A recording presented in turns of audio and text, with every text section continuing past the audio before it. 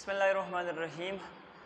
एक क्वेश्चन पूछा गया है कि सर आपने तो हमें बताया था कि हम डॉट प्रोडक्ट में कोस थीटा का इस्तेमाल क्यों करते हैं, लेकिन आपने हमें ये नहीं बताया कि हम क्रॉस प्रोडक्ट में साइन थीटा का इस्तेमाल क्यों करते हैं।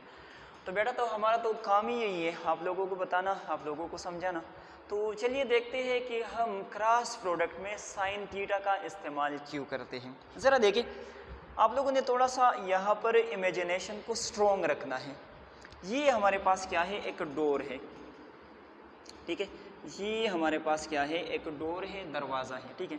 अगर यहाँ पर मैं एज्यूम करूँ कि ये वाला जो साइड है यहाँ से मैं फोर्स एक्सर्ट कर रहा हूँ, लेकिन ये जो फोर्स है ये मैं एग्जैक्टली परपेंडिकुलर नहीं लगा रहा हूँ, बल्कि ये मैं एक सर्टेन एंगल के ऊपर लगा रहा हूँ। यहाँ पर जो है वो हैंग्स लगी हुई है, जिनको हम कब्जे बोलते हैं। यहाँ पर क्या है, हैंग्स लगी हुई है, और यहाँ पर हमारे पास क्या है, हैंडल लगा हुआ है। तो अगर इन दोनों के दरमियान में ये वाला जो डिस्टेंस हमारे पास बन रहा है, इसको हम कहते हैं मोमेंट आर्म, और ये जो मैं एक्सर्ट कर रहा हूँ ये हमारे पास क्या है, ये हमारे पास फोर्स है। बेटा इसको ज़रा इमेजिन करने की कोशिश करें। फॉर एग्जांपल देखें, ये हमारे पास एक डोर है, ठीक है। ये यहाँ से जो है वो इसमें हैंग्स लगी हुई है, यहाँ से फिक्स्ड है। अगर मैं यहाँ से फोर्स लगाता हूँ तो ये इस तरह इस डायरेक्शन में क्या होता है, खुलता है, ठीक है। तो अब जो फोर्स मैंने लगाई है वो एग्जैक्टली परपेंडिकुलर नहीं है, बल्कि मैंने एक सर्टेन एंगल पर यहाँ पर जो है वो फोर्स एक्सर्ट किया हुआ है। तो पहले तो हम इस फोर्स को जो है वो रिजॉल्व करेंगे इसके कंपोनेंट्स में। ज़रा देखिए, ये जो फोर्स है इसको हम इजीली रिजॉल्व कर सकते हैं इनके कंपोनेंट्स में। ये इसका एक बन जाएगा एफ वाई कंपोनेंट, और ये वाला हमारे पास बन जाएगा कौन सा, एफ एक्स कंपोनेंट। क्लियर हो गया। अच्छा, ये हो गया मोमेंट आर्म। ये एक फोर्स था जिसको मैंने दो कंपोनेंट्स में रिजॉल्व किया, एक जो है एफ वाई है और दूसरा हमारे पास क्या है, एफ एक्स है। और साथ ही साथ हम ये भी जानते हैं एफ वाई जो है वो एफ साइन थीटा के बराबर होता है, इसी तरह से एफ एक्स जो है वो बराबर होता है एफ कोस थीटा की। यहाँ पर अगर मैंने टार्क को मालूम करना हो, किस चीज़ को मालूम करना हो, टार्क को, तो टार्क हमारे पास बराबर होता है एफ इन टू आर के। मैं क्रॉस और डॉट नहीं लगा रहा हूँ, मैं जनरली मैंने मल्टीप्लिकेशन यूज़ किया यहाँ पर। एफ इन टू आर के बराबर होता है।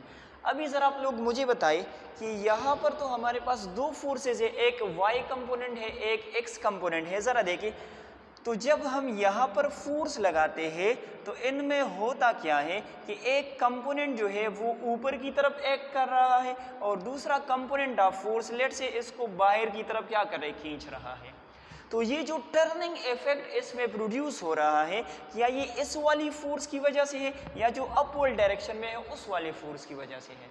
तो आप लोग सब कहोगे कि ये तो असल में जो अपवर्ड डायरेक्शन में फोर्स लग रहा है उसकी वजह से टर्निंग इफेक्ट प्रोड्यूस हो रहा है। तो यहाँ पर मैं लिख सकता हूँ that torque is equal to F Y, क्योंकि वाई की वजह से हमारे पास हो रहा है, इन टू आर हमारे पास आ जाएगा। क्लियर है।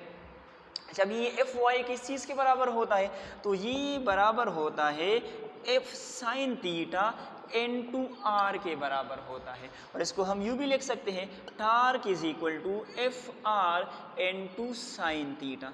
तो यहाँ से हमें पता चला कि जो हमारे पास परपेंडिकुलर वाला कंपोनेंट है वो असल में रिस्पॉन्सिबल है किस चीज़ के लिए, रिजल्टेंट क्वांटिटी के लिए, जो कि यहाँ पर हमारे पास क्या है, टार्क है, ठीक है। तो यहाँ से हमें पता चला कि हमने क्रॉस प्रोडक्ट या वेक्टर प्रोडक्ट वाले केस में साइन थीटा को इस्तेमाल करना होगा। आई होप आप लोगों को ये पॉइंट क्लियर हो गया होगा। इसके अलावा अगर आप लोगों की और भी कोई क्वेश्चंस है तो आप लोग बिला झिझक मुझसे पूछ सकते हो। Thank you so much. Allah हाफिज़।